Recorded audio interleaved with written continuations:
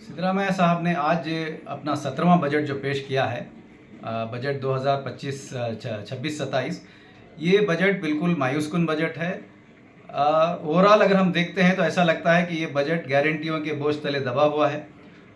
कुल मिलाकर के ख़ासकर अक़लियतों की अगर हम बात करते हैं तो इस बजट में पिछले साल से भी ज़्यादा नेगलेक्ट किया गया। जो स्कीमें पिछले साल थी, जितना बजट पिछले साल दिया गया था, जितने नई चीज़ें पिछले साल देने की कोशिश की गई थी, इस मर्तबा वो भी इस बजट में नहीं है, बल्कि पिछली स्कीमों का ही कंटिन्यूएशन किया गया है। और जो फलाही स्कीमें हैं, जो एजुकेशनल के सिलसिले में जो स्कीमें हैं, वो वही चीज़ें हैं जो दीगर जनरल कम्युनिटीज़ के साथ जो शेयर किया गया है, उसी को यहाँ पर उसको स्पेशल अलग तरीके से पेश करने की कोशिश की गई है। अक़लियतों की इकोनॉमिक डेवलपमेंट के लिए, एजुकेशनल डेवलपमेंट के लिए इस स्कीम के अंदर इस बजट के अंदर कोई नई स्कीम नहीं है, कोई नया प्रोग्राम नहीं, बल्कि बिल्डिंगों के अतराफ घुमाया गया है कि आप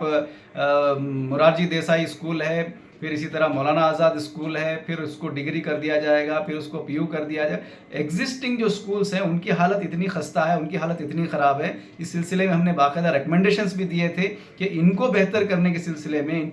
इनके जो स्कीम्स हैं उनको इम्प्लीमेंटेशन करने के सिलसिले में कोई ठोस इक़दाम होना चाहिए, कोई प्रोग्राम होना चाहिए, कोई कॉन्क्रीट प्रोग्राम होना चाहिए। लेकिन टोटल